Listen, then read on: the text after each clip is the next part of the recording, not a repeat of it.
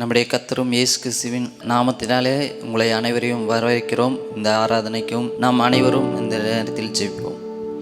அன்பு மகா பரிசுத்த பரலோக பிதாவே, உம்மை சோதரிக்கிறோம் ஐயா, துதிக்கிறோம் ஆண்டவரே. இந்த ஓய்வு நாளிலும் ஆண்டவரே உம்மை துதிக்க சோதரிக்க எங்களுக்கு தந்த பலன் கிருபைக்காக சோத்திரம் ஆண்டவரே. நாங்கள் சபைகளில் கூடி வந்து ஜெபிக்க முடியாவிட்டாலும் இருக்கிற இடங்களே உம்மை துதித்து ஆராதித்து உம்மை நாமத்தை வைத்து போகிற கிருபைக்காக சோதரிக்கிறோம் ஆண்டவரே. இந்த ஓய்வு நாள் ஆசீர்வதித்தாருங்க ஆண்டவரே.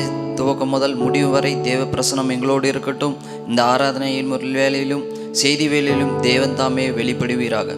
மறைத்துக் கொள்ளுங்கள். இயேசுவின் நாமத்தில் ஜெபிக்கிறோம் ஜீவன் நல்ல பிதாவே, ஆமென்.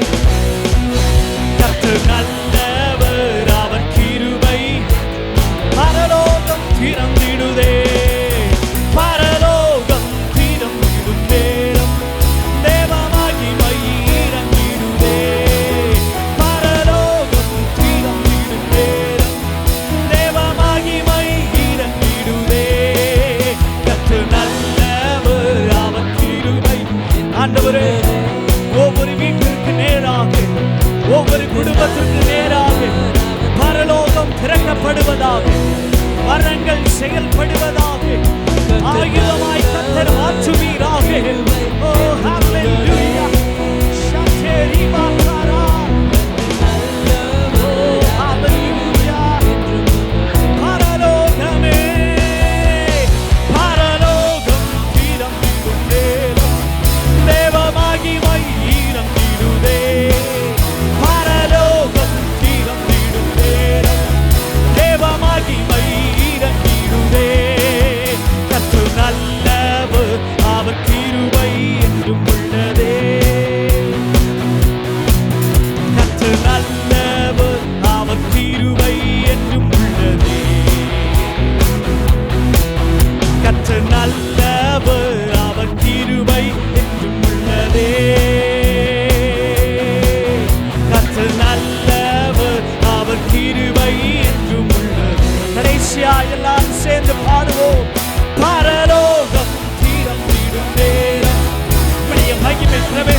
போதும்.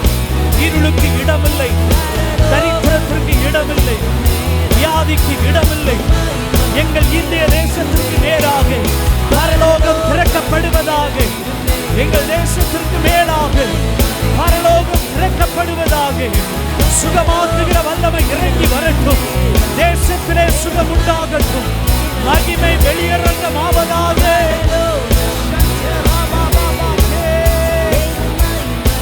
இறங்கிடுதே.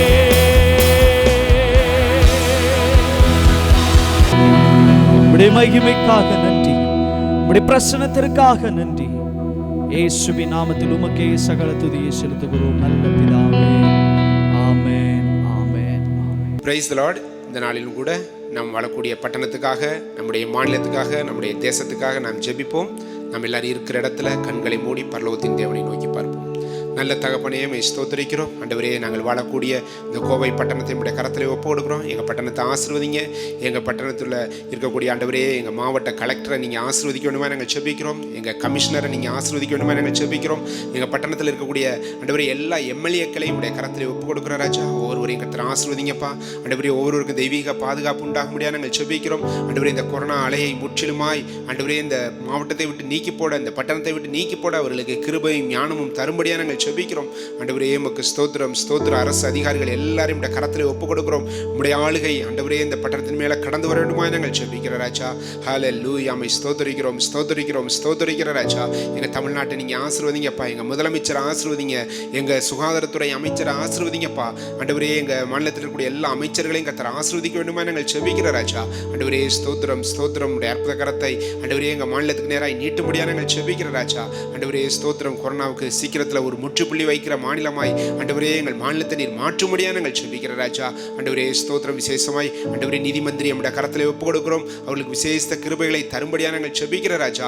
முதலமைச்சருக்கு ஆலோசனை கொடுக்கக்கூடிய 5 ஆண்டவரே நிபுணர்களை, பொருளாதார நிபுணர்களை நம்முடைய கரத்தில் ஒப்பு கொடுக்கிறோம். அவர்களுக்கு கர்த்தர் தெய்வீக ஞானத்தினால அவர்களை நிரப்பும்படியாக நாங்கள் செபிக்கிற ராஜா. இந்த மதுபானத்தை அவங்க ஒழிச்சுட்டு வேற விதத்தில் எப்படி ஃபண்டை ரைஸ் பண்ணலாங்கிற அந்த தெய்வீக திட்டத்தை அவர்களுக்கு தரும்படியாக நாங்கள் செபிக்கிற ராஜா. ஆண்டவரே, உமக்கு ஸ்தோத்திரம், ஸ்தோத்திரம், ஸ்தோத்திரம். 5 பேரும் ஆண்டவரே ஒருமித்த குரலாய் ஆண்டவரே இந்த ஒயின் ஷாப்பெல்லாம் க்ளோஸ் பண்ணணும், எல்லா குடும்பங்களும் வாழ்ந்திருக்கும்னு சொல்லி ஆண்டவரே அவங்க சொல்லும்படி கர்த்தர் நீர் அனுக்கிரம் செய்வீராக ராஜா. ஆண்டவரே, ஸ்தோத்திரம் அப்பா. ஹல்லேலூயா. ஆமை துதிக்கிறோம். மனுஷர்களாகிய எங்களால் இது கூடாது தான் ஆண்டவரே. தெய்வமாகிய உம்மால் எல்லாம் கூடுமப்பா. ஒரு அற்புதத்தை நீர் செய்யும்படியாக நாங்கள் செபிக்கிற ராஜா. ஹல்லேலூயா. ஆமை துதிக்கிறோம், துதிக்கிறோம், துதிக்கிற ராஜா. நன்றியோடு ஸ்தோத்திரிக்கிறோம். எங்களுடைய இந்திய தேசத்தை நம்முடைய கரத்தில் ஒப்படைக்கிறோம். தேசத்தை நீங்கள் ஆசீர்வதிங்க. எங்கள் பிரைம் மினிஸ்டரை நீங்கள் ஆசீர்வதிங்க. எங்கள் ஜனாதிபதியை நீங்கள் ஆசீர்வதிங்கப்பா. ஆண்டவரே, எங்கள் மத்தியில் இருக்கக்கூடிய ஒவ்வொரு அமைச்சர்களையும் கர்த்தர் ஆசீர்வதிக்க வேண்டுமா நாங்கள் செபிக்கிற ராஜா. ஹல்லேலூயா. ஆமை ஸ்தோத்திரிக்கிறோம், ஸ்தோத்திரிக்கிறோம், ஸ்தோத்திரிக்கிறோம். விசேஷமாக எங்களுடைய நிதி மந்திரி நிர்மலா சீதாராமன் அவர்களை நம்முடைய கரத்திலே ஒப்பு கொடுக்கிறோம் அப்பா. ஆண்டவரே, இந்த பொருளாதாரம் பின்தங்கி இருக்கக்கூடிய வீக்கா இருக்கக்கூடிய இந்த சூழ்நிலையில அவளுக்கு தெய்வீக ஞானம் உண்டாகும்படியாக நாங்கள் செபிக்கிற ராஜா. ஹல்லேலூயா. ஆமை துதிக்கிறோம், துதிக்கிறோம், துதிக்கிற ராஜா. உடைய அற்புத கரத்தை நீட்டும்படியாக நாங்கள் செபிக்கிற ராஜா. ஹல்லேலூயா. ஆமை ஸ்தோத்திரிக்கிறோம். எங்களுடைய இந்திய தேசத்துல கொரோனா முற்றிலுமாய் அழிந்து விட்டது என்கிற நற்செய்தி கேட்க எங்களுக்கு அனுக்கிரம் செய்வீராக ராஜா. ஆண்டவரே, 3வது அலை ஆங்காங்கே ஆண்டவரே பரவுகிறது. ஆண்டவரே, இந்த நிலைமை மாறும்படியாக நாங்கள் செபிக்கிறோம். டெல்டா பிளஸ்ங்கிற அந்த வைரஸ் இயேசு கிறிஸ்துவின் அதிகாரமுள்ள நாமத்தினால வேரோடு பிடுங்கப்பட வேண்டுமா நாங்கள் செபிக்கிறோம். முற்றிலும் அற்றுப்போக வேண்டுமா நாங்கள் செபிக்கிற ராஜா. ஆண்டவரே, அது ஸ்ப்ரெட் ஆகாதபடி கர்த்தாவே நீர் தடுத்து போடும்படியா நாங்கள் செபிக்கிற ராஜா. ஹல்லேலூயா. ஆமை துதிக்கிறோம், துதிக்கிறோம், துதிக்கிற ராஜா. எங்கள் தேசத்தை நீங்க ஆசீர்வதிக்க வேண்டுமா நாங்கள் செபிக்கிற ராஜா. ஆண்டவரே, உங்க அன்பிற்கு அளவே இல்லப்பா. ஆண்டவரே, உங்க இரக்கத்திற்கு முடிவே இல்லை ஆண்டவரே. ஹல்லேலூயா. ஸ்தோத்திரம், ஸ்தோத்திரம், ஸ்தோத்திரம். 1000 தலைமுறை விட்டு இரக்கத்தை காண்பிக்கிற தெய்வமே. ஆண்டவரே, எங்கள் தேசத்தில் உங்களுடைய இரக்கங்கள் கடந்து வர வேண்டுமா நாங்கள் செபிக்கிறோம். உங்க தயவு கடந்து வர வேண்டுமா நாங்கள் செபிக்கிற ராஜா. உங்க பராமரிப்பு ஆண்டவரே கடந்து வர வேண்டுமா நாங்கள் செபிக்கிற ராஜா. ஹல்லேலூயா. ஸ்தோத்திரம், ஸ்தோத்திரம், ஸ்தோத்திரம். ஆண்டவரே, எங்க ஆண்டவரே தேசம் சுகமாய் இருக்கட்டும் அப்பா, வாழ்ந்திருக்கட்டும் அப்பா. தேசத்தின் குடிகள் வாழ்ந்திருக்க கர்த்தர் கிருபையை தருவீராக ராஜா. அவனவன் தன் அத்திமரத்தின் நிழலிலே சுகமாய் குடியிருந்தான் என்று வேதத்திலே வாசிக்கிறோமே அப்பா. ஆண்டவரே, ஸ்தோத்திரம் அப்பா. அப்படிப்பட்ட ஒரு சூழ்நிலை எங்களுடைய இந்திய தேசத்துல உண்டாகும்படியாக நாங்கள் செபிக்கிற ராஜா. ஹல்லேலூயா. ஸ்தோத்திரம், ஸ்தோத்திரம், ஸ்தோத்திர ராஜா. ஆண்டவரே, இஸ்ரவேல் தேசத்துக்காக நம்முடைய சமூகத்தை நோக்கி பார்க்கிற ராஜா. இஸ்ரவேலின் சமாதானத்துக்காக வேண்டிக் கொள்ளுங்கள் என்று சொல்லியிருக்கிறீரே. ஆண்டவரே, நாங்கள் இஸ்ரவேல்ல ஆண்டவரே போர் இல்லாதபடி சமாதானமான ஒரு சூழ்நிலை உண்டாகும்படியாக நாங்கள் செபிக்கிற ராஜா. ஹல்லேலூயா. ஸ்தோத்திரம். அந்த தேசத்துக்கு விரோதமாய் எழும்புகிற எல்லா அந்தகார வல்லமைகளை இயேசு கிறிஸ்துவின் அதிகாரமுள்ள நாமத்தினாலே நாங்கள் கடிந்து கொள்ளுகிறோம். ஹல்லேலூயா. சமாதானம் உண்டாகும்படியாக நாங்கள் செபிக்கிறோம். எல்லைகள் எங்கிலும் சமாதானம் உண்டாகும்படியாக நாங்கள் செபிக்கிறோம் ராஜா. ஹல்லேலூயா. துதிக்கிறோம் ஆண்டவரே. தகப்பனே, கொரோனாவால் பாதிக்கப்பட்ட ஒவ்வொரு தேசத்துக்காக இந்த சமூகத்தை நோக்கி பார்க்கிறோம் ஆண்டவரே. ஒவ்வொரு தேசத்திலும் விடுதலை உண்டாகட்டும். விசேஷமாக ஆண்டவரே பிரான்ஸ் தேசத்தில் ஆண்டவரே பரவுகிறது அந்த சூழ்நிலையை மாறும்படியாக நாங்கள் செபிக்கிறோம். தடுத்து நிறுத்தப்பட வேண்டுமா நாங்கள் செபிக்கிறோம் ராஜா. ஒவ்வொரு தேசங்களையும் கர்த்தர் ஆசீர்வதிக்க வேண்டுமா நாங்கள் செபிக்கிறோம் ராஜா. ஹல்லேலூயா. ஸ்தோத்திரம். பின்மாறி மழைக்காக வேண்டிக் கொள்ளுங்கள் என்று சொல்லியிருக்கிறீரே. எல்லா தேசங்களிலும் பின்மாறி மழை அளவில்லாமல் ஊற்றப்பட வேண்டுமா நாங்கள் செபிக்கிற ராஜா. பாமுக்கு ஸ்தோத்திரம் ஆண்டவரே. நான் மாம்சமான யாவர் மேலும் என் ஆவியை ஊற்றுவேன் என்று சொல்லியிருக்கிறீரே. அப்பா ஸ்தோத்திரம். அந்த உலகத்தில் இருக்கக்கூடிய அந்த பூமியில் இருக்கக்கூடிய ஒவ்வொருவர் மேலும், மாம்சமான ஒவ்வொருவர் மேலும் ஆண்டவரே உம்முடைய ஆவியை அளவில்லாமல் ஊற்றும்படியாக நாங்கள் செபிக்கிறோம். ஒவ்வொரு தேசங்களையும் கர்த்தர் ஆசீர்வதிங்க. எங்கள் ஜெபத்தை எல்லாம் நீர் கேட்டதற்காக நன்றி சொல்லுகிறோம். எல்லா துதி கன மகிமை மக்கொருவருக்கே செலுத்துகிறோம். இயேசு கிறிஸ்துவின் நாமத்தினால கேட்கிறோம் நல்ல பிதாவே, ஆமென். கர்த்தருக்காக கொடுக்கிற நேரத்தில் வந்திருக்கின்றோம். லாக்டவுன் டைம்லையும் உங்கள் வீடுகளில் நீங்கள் காணிக்கையை அநேகர் எடுத்து வைத்து கொண்டு வருகிறீர்கள். ஒரு சிலர் கொடுத்து அனுப்பினீர்கள், ஒரு சிலர் பேங்க் மூலமாக ஆன்லைன் டிரான்ஸ்ஃபர் பண்ணினீர்கள், கூகுள் பேயில் சிலர் அனுப்பினீர்கள். கர்த்தர் அனுப்பி கொடுத்த ஒவ்வொருவரையும் தேவன் ஆசீர்வதிப்பாராக. இந்த நாளிலும் எடுத்து வைத்து கொள்ளுங்கள். அதே நேரத்தில் சிலர் நேரடியாக கொடுத்து ஜெபிக்கும்படி விரும்புகிறீர்கள் என்பதையும் நான் கேள்விப்பட்டேன். ஆகவே அதை குறித்து தான் அறிவிப்பை வாட்ஸ்அப் மூலமாக எந்த நாளிலே நீங்கள் வந்து ஜெபிக்கலாம் என்பதை தெரியப்படுத்தும் பொழுது நீங்கள் நேரிலே வரலாம். திருவிருந்தும் கூடுமானால் கொடுப்பதற்கும் ஒழுங்கு செய்து வாட்ஸ்அப் மூலமாக உங்களுக்கு நாங்கள் தெரியப்படுத்துகின்றோம். இப்பொழுது நாம் வாரந்தோறும் செலுத்துகிற காணிக்கைகளுக்காக நாம் ஜெபிப்போம். பரலோக பிதாவே, உம்முடைய பரிசுத்த நாமத்திற்கு ஸ்தோத்திரம். ஆண்டவரே, உம்முடைய பிள்ளைகள் ஒவ்வொரு வாரமும் கர்த்தருக்காக சேகரித்து வைத்திருக்கிற காணிக்கைகளுக்காக ஸ்தோத்திரம், தசம பாகங்களுக்காய் ஸ்தோத்திரம், ஸ்தோத்திர காணிக்கைகளுக்காய் ஸ்தோத்திரம். ஆண்டவரே, அவர்கள் ஒவ்வொருவரையும் ஆசீர்வதிப்பீராக. ஆண்டவரே, லாக்டவுன் நாட்களாக இருந்தாலும் தங்களுக்கு கிடைக்கிறதுலேருந்து கர்த்தருக்கு கொடுக்க வேண்டும் என்று உண்மையாய் எடுத்து வைத்திருக்கிற மக்கள் ஒவ்வொருவரையும் உங்களுடைய கரத்தில் ஒப்பு கொடுக்கிறோம். அதே நேரத்தில் கொடுக்க பணமே இல்லாமல் இருக்கிறவர்களுக்காக ஜெபிக்கிறோம். கர்த்தர் அவர்களுடைய தேவைகளை சந்திப்பீராக. ஒரு குறைவும் இல்லாமல் அவங்க வாழணும்னு நாங்கள் வேண்டிக் கொள்கிறோம். அப்பா, நாங்கள் ஒருவருக்கொருவர் உதவி செய்கிறவர்களாய் எங்களையும் மாற்றும் ஆண்டவரே. அவர்களுடைய தேவையை நாங்கள் அறியும் பொழுது சந்தோஷமாய் எங்கள் சகோதர சகோதரிகளுக்கு உதவி செய்து ஒருவர் தாங்கி நாங்கள் கடந்து போக கர்த்தர் அனுக்கிரகம் பண்ணுவீராக. ஆண்டவரே, சீக்கிரமாய் வேலை வாய்ப்புகள் உண்டாக, லாக்டவுன் ரிலீஸ் ஆக, ஆண்டவரே பழைய நிலைமைகள் திரும்பி வர கர்த்தர் அனுக்கிரகம் பண்ணுவீராக. ஆண்டவரே, உம்முடைய பிள்ளைகளுடைய சம்பாத்தியத்தை கர்த்தர் ஆசீர்வதியும். இயேசுவின் நாமத்தில் ஜெபிக்கிறோம் நல்ல பிதாவே, ஆமென்.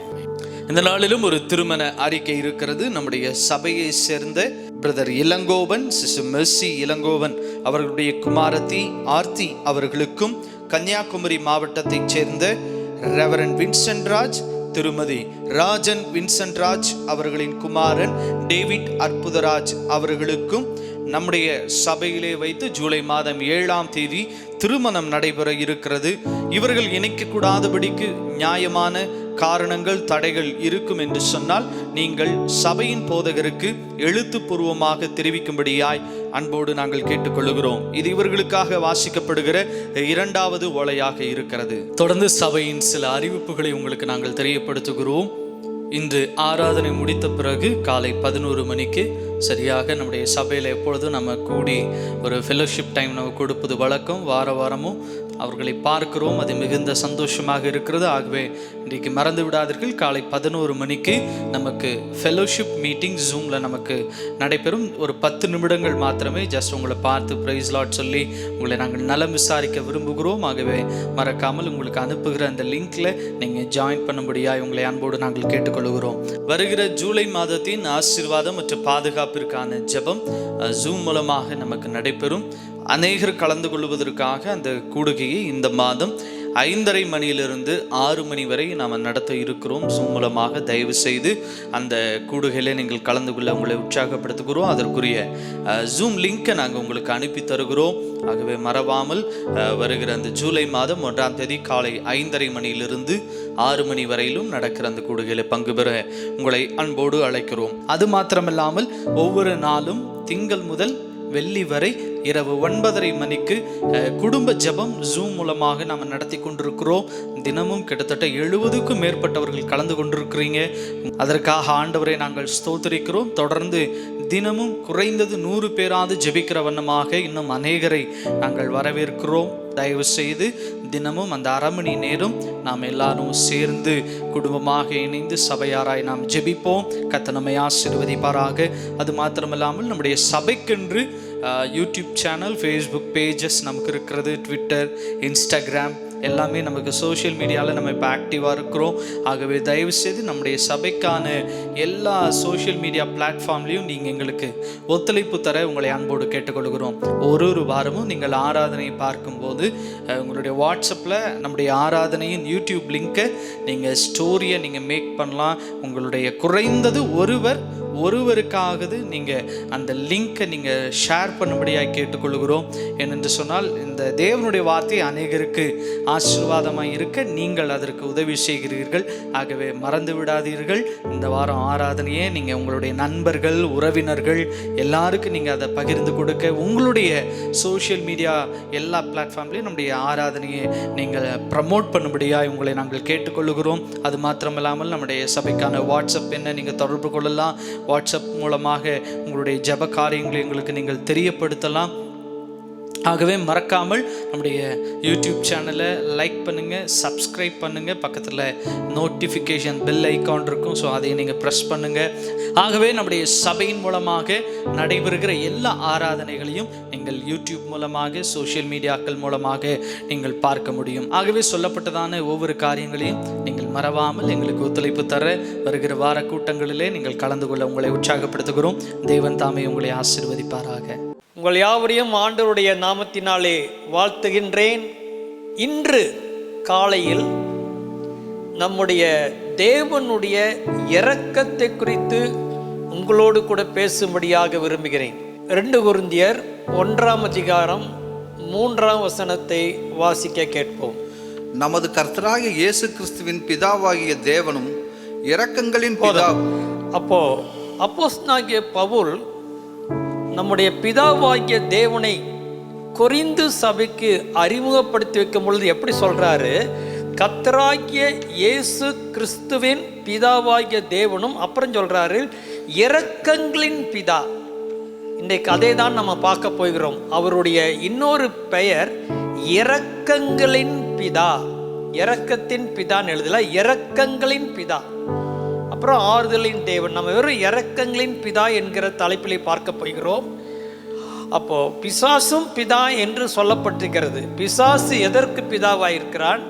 அவன் பொய்யனும் பொய்யுக்கு பிதாவுமாயிருக்கிறான். நம்முடைய கர்த்தரோ, நம்மை உண்டாக்கின தேவனோ, அவர் இரக்கங்களுக்கு பிதா. அப்படின்னா என்ன?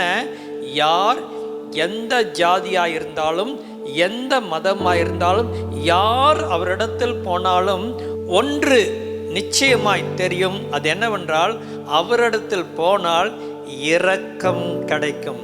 அதுதானுங்க இன்னைக்கு ஒரு நற்செய்தி உங்களுக்கு சொல்லும்படியாக விரும்புகிறேன்.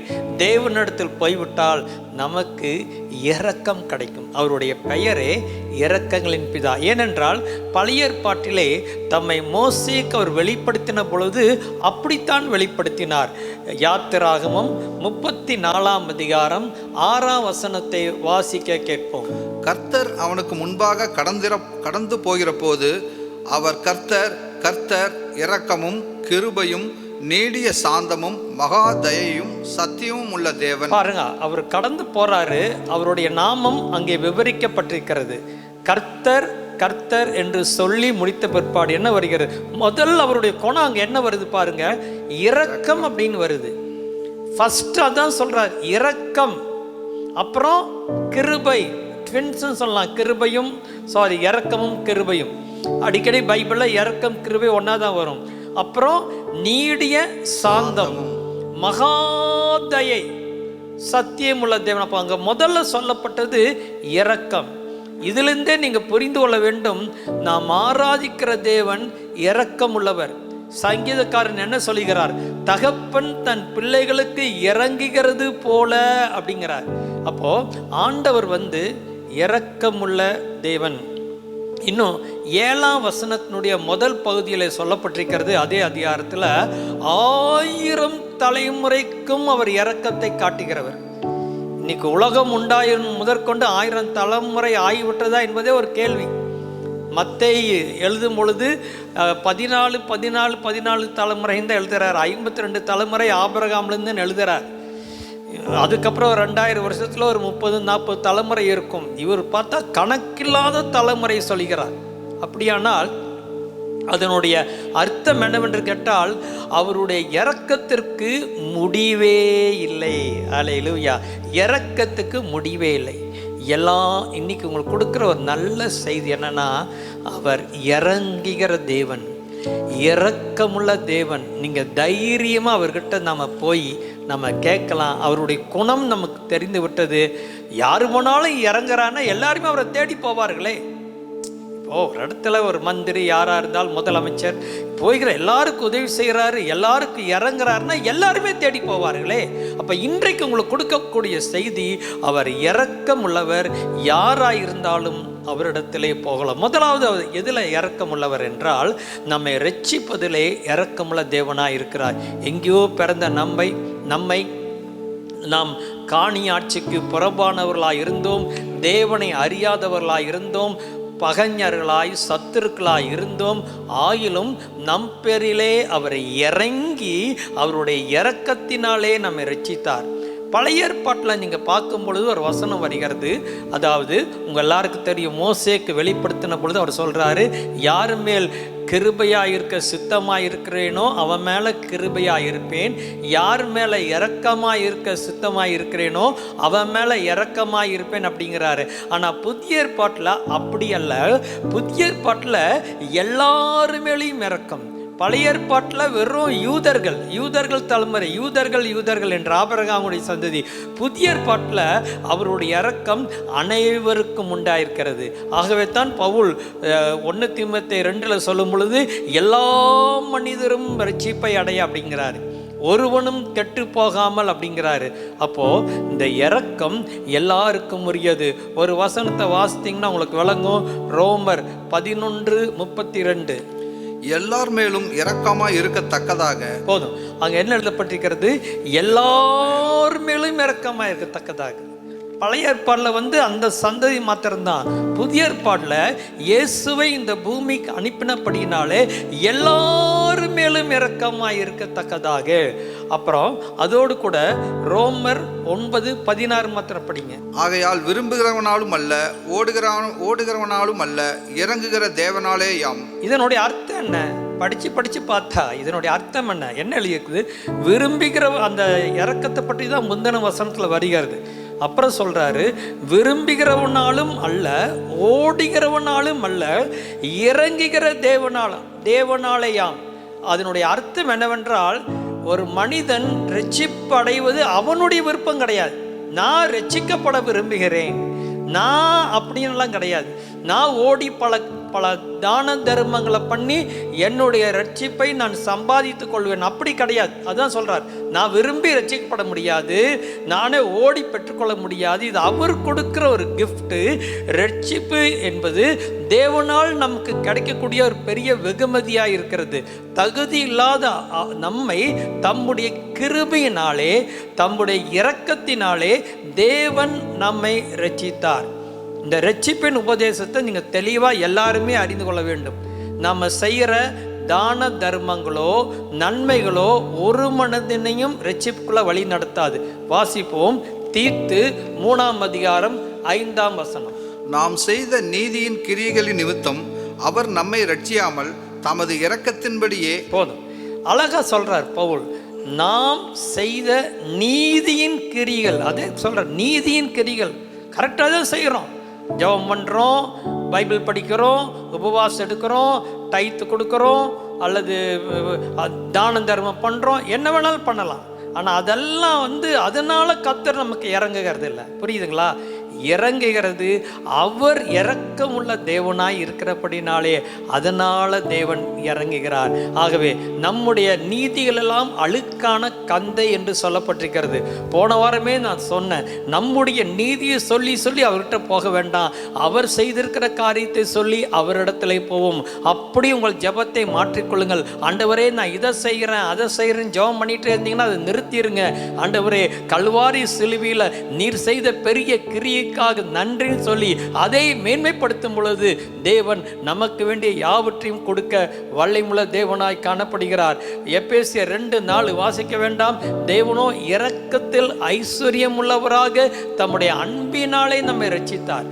இரக்கத்தில் ஐஸ்வர்யம் உள்ளவராய் அவர் இருக்கிறார். பைபிள் என்ன சொல்லுது?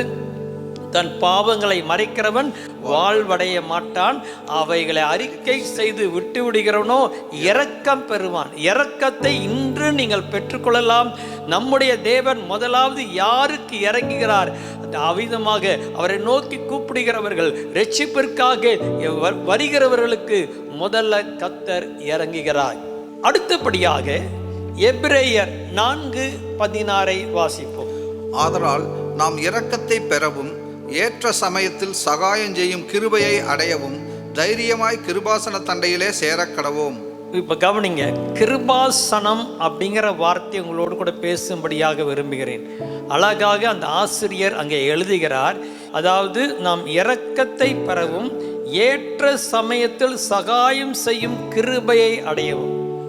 அப்போ உங்களை நான் கேட்குறேன், உலகத்திலேயே பரிசுத்தமான இடம்னு அநேக நாட்களாய் சொல்லப்பட்டு வந்த இடம் எது?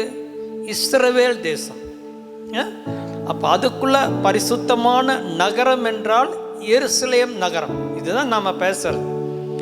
எருசலேம் நகரத்திலேயே பரிசுத்தமானது எதுனா எருசலேம் நகரத்தில் உள்ளதான தேவாலயம். தேவாலயத்திலேயே பரிசுத்தம் எதுன்னு என்ன சொல்வீங்க? மகா பரிசுத்த ஸ்தலம், மோஸ்ட் ஹோலி பிளேஸ். அப்போ அந்த மகா பரிசுத்த ஸ்தலத்துக்குள்ள ஒருத்தன் போனான்னா அங்கே இருக்கிறது என்னன்னு பார்த்தீங்கன்னா, பழைய ஏற்பாடு படித்து பார்த்தால் தெரியும், கிருபாசனம்.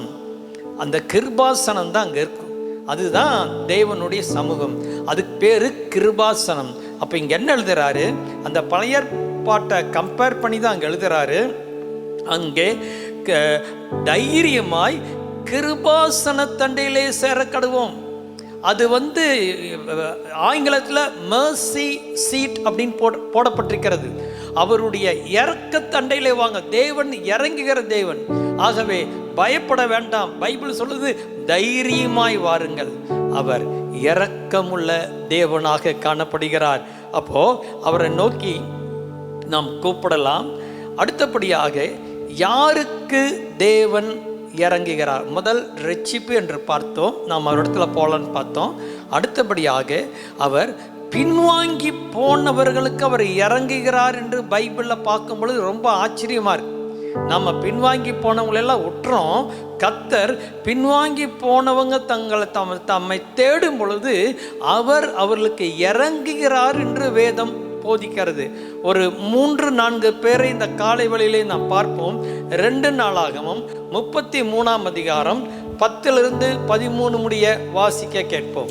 கர்த்தர் மனசேயோடும் அவனுடைய ஜனத்தோடும் பேசின போதிலும் அவர்கள் கவனிக்காதே போனார்கள். ஆகையால் கர்த்தர் அசீரியா ராஜாவின் சேனாதிபதிகளை அவர்கள் மேல் வரப்பண்ணினார்.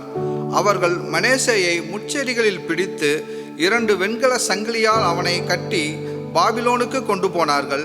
இப்படி அவன் நெருக்கப்படுகையில் தன் தேவனாய கர்த்தரை நோக்கி கெஞ்சி தன் பிதாக்களின் தேவனுக்கு முன்பாக மிகவும் தன்னை தாழ்த்தினான். அவரை நோக்கி அவன் விண்ணப்பம் பண்ணி கொண்டிருக்கிற போது அவர் அவன் கெஞ்சுதலுக்கு இறங்கி அவன் ஜெபத்தை கேட்டு அவனை திரும்ப எருசலேமில் உள்ள தன்னுடைய ராஜ்யத்திற்கு வர பண்ணினார். போதும், கவனிங்க. மனாசே அப்படிங்கிற ஒரு ராஜா இருந்தார். பயங்கர பொல்லாப்பான காரியத்தை செஞ்சதுனால அந்த அசீரியா ராஜா அவனை சிறை கைதியாக விலங்கு போட்டு அவனை கொண்டு போகிறாங்க. கொன்று போகிற நேரத்தில் 12 அவன் கர்த்தரை நோக்கி கெஞ்சி அவன் தன்னை மிகவும் தாழ்த்தினான். அப்போ அவன் விண்ணப்பத்தை ஆண்டவர் கேட்டு அவன் கெஞ்சுதலுக்கு இறங்கி அவனை மீண்டும் எருசலேம் ராஜ்யத்திற்கு வர பண்ணினார். மீண்டும் அவன் அதே பழைய நிலைமைக்கு வந்துட்டான். பெரிய பொல்லாப்பு செஞ்சான். அதெல்லாம் படிக்கிறதுக்கு நம்ம நேரம் இல்லை. முந்தின அதிகாரத்தில் பார்த்தீங்கன்னா ரொம்ப மோசமான ஒரு ராஜா, கர்த்தருக்கு விரோதமாய் பாவம் செய்த ஒரு ராஜா ஒரு ஆபத்து வந்த பொழுது அவரை நோக்கி கூப்பிட்ட பொழுது உடனே ஆண்டவர் இறங்கினார். அதை படித்து எனக்கு ஆச்சரியமாக இருக்குது. அவ்வளோ பொல்லாப்பு செஞ்சான் அந்த மனாசே. நீங்கள் படித்து பார்த்தீங்கன்னா ஆச்சரியப்படுவீங்க. ஆனால் கெஞ்சுறான் பாருங்க, ஆண்டவர் இறங்குகிறார். பைபிள் முழுவதும் தேவனுடைய இரக்கத்தை நமக்கு வெளிப்படுத்துகிறது. இன்றைக்கு இந்த தேவனுடைய இரக்கத்தை அநேகர் அறியாதபடியினால பின்வாங்கி போனவர்கள் திரும்ப அவரிடத்தில் வராமல் இருக்கிறார்கள். அவர் நம்ம ஏற்றுக்கொள்ள மாட்டார், அவ்வளவுதான் நம்ம முடிச்சிட்டோம் அப்படின்னால நினைத்து கொள்கிறார்கள். கர்த்தர் நாம் அவரிடத்தில் மனம் திரும்பி வரும்பொழுது திரும்பவும் நம்மை கட்டுவிக்கக்கூடியவர் என்பதை வேதம் போதிக்கிறது. இன்னும் உங்களுக்கு வாசிக்க வேண்டாம், உங்களுக்கு தெரியும். கெட்ட குமாரன் உங்களுக்கு தெரியும். கெட்ட குமாரன் அவன் வீட்டை விட்டு போனான். திரும்பி வந்த பொழுது அவங்க அப்பா ஏற்றுக்கொண்டாரா? இல்லைன்னா பைபிள் எப்படி அந்த கதையை ஆண்டவர் கொண்டு போயிருப்பார்? அப்பா ஏற்றுக்கொள்ளாத மாதிரியே தானே கொண்டு போயிருப்பார். அப்படி கொண்டு போகலையே.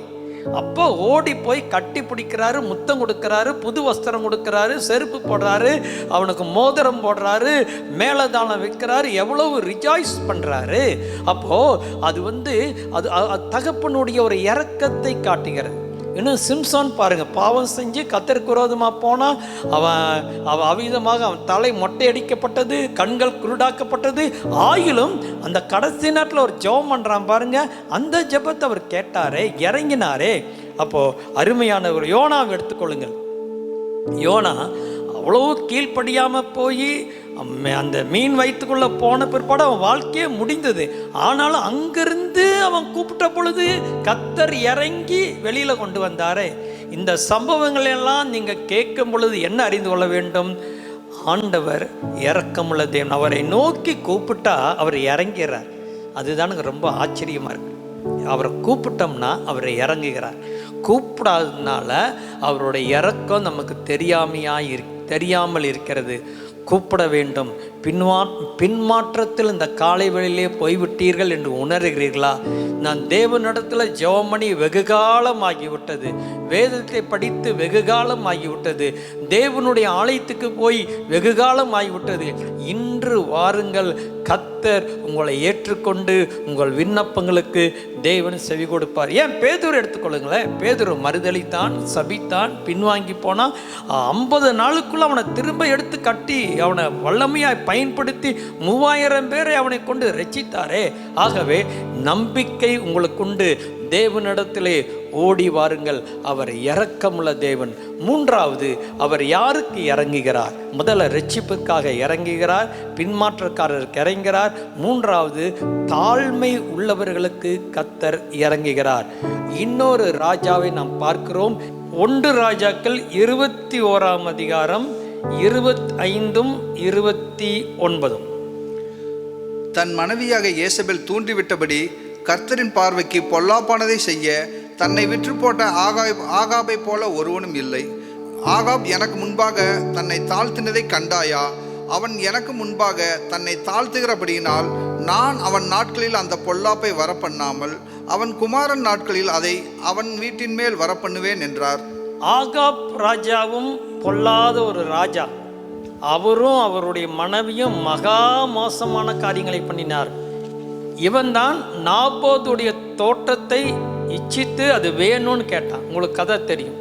எசபேல் பயங்கரமான விக்கிரகாராதனையான ஸ்திரீ, தேவனுடைய ஊழியர்களுக்கு விரோதமாய் எழும்பினவள்.